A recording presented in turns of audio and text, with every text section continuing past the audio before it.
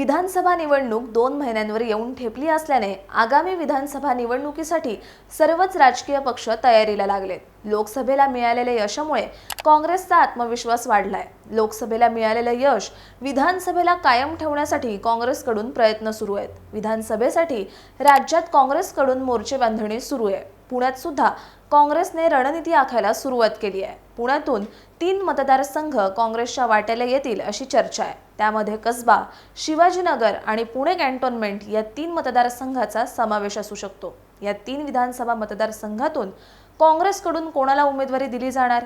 नवीन चेहऱ्यांना संधी मिळणार अशी चर्चा आहे। त्यामुळे नवीन चेहऱ्यांना खरंच संधी मिळणार का?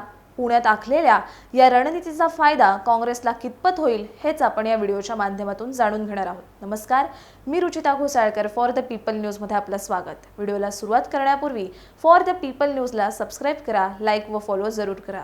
पुण्यातील कसबा, शिवाजीनगर आणि पुणे कॅन्टोन्मेंट या 3 विधानसभा मतदारसंघात 2019च्या विधानसभा निवडणुकीत भाजपचे आमदार निवडून आले होते। तिन्ही विधानसभा मतदारसंघाच्या 2019च्या निवडणुकीच्या निकालावर आपण एक नजर टाकूया।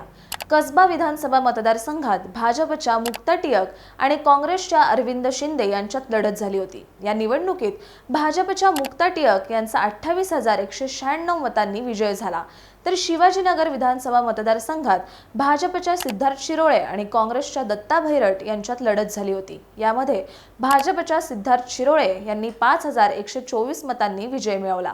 पुणे कॅन्टोन्मेंट विधानसभा मतदारसंघात भाजपच्या सुनील कांबळे आणि काँग्रेसच्या रमेश बागवे यांच्यात लढत झाली होती। यामध्ये भाजपच्या सुनील कांबळे यांनी 5,012 मतांनी विजय मिळवला। मात्र कसबा विधानसभेच्या भाजपच्या आमदार मुक्ता टिळक यांचं दुःखद निधन झाल्यानंतर तिथे पोटनिवडणूक झाली।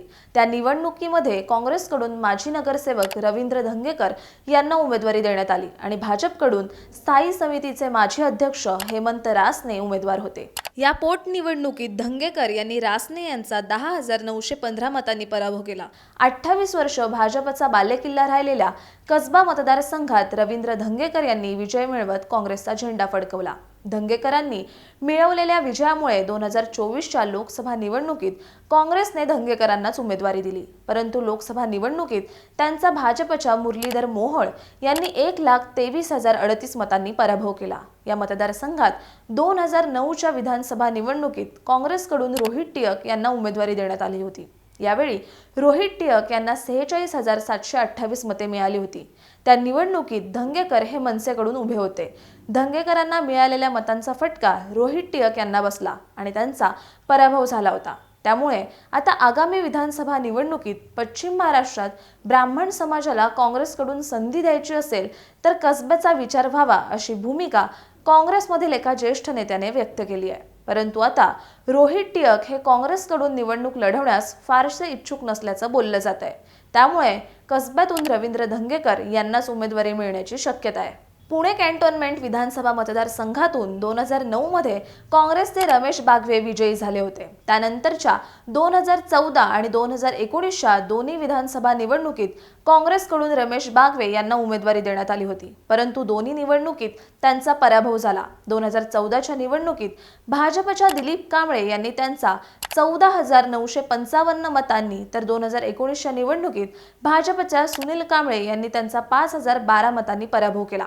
त्यामुळे गेल्या 3 निवडणुका लढवणारे माजी मंत्री रमेश बागवे यांचा पत्ता कट होणार का, की पुन्हा रमेश बागवे यांनाच उमेदवारी देणार याबाबत प्रश्न उपस्थित होत आहेत। आता काही दिवसांपूर्वी शिवसेना उद्धव बाळासाहेब ठाकरे पक्षाचे ज्येष्ठ नगरसेवक अविनाश साळवे यांनी मुंबईमध्ये काँग्रेसचे प्रभारी रमेश चेनिथल्ला यांच्या उपस्थितीत काँग्रेसमध्ये प्रवेश केलाय। यामुळे या मतदारसंघातून अविनाश साळवे यांना काँग्रेसकडून उमेदवारी मिळण्याची शक्यता अधिक आहे। तसंच गेल्या 2 निवडणुकांमध्ये रमेश बागवे यांच्या झालेल्या पराभवामुळे काँग्रेसकडून नव्या चेहऱ्यांचा शोध सुरू असल्याचं बोललं जात आहे।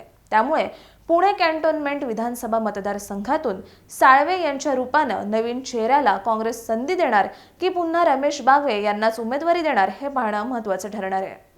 शिवाजीनगर विधानसभा मतदारसंघातून काँग्रेसकडून 2019ची विधानसभा निवडणूक दत्ता भैरट यांनी लढवली होती। या निवडणुकीत भाजपच्या सिद्धार्थ शिरोळे यांनी दत्ता भैरट यांचा 5,124 मतांनी पराभव केला होता।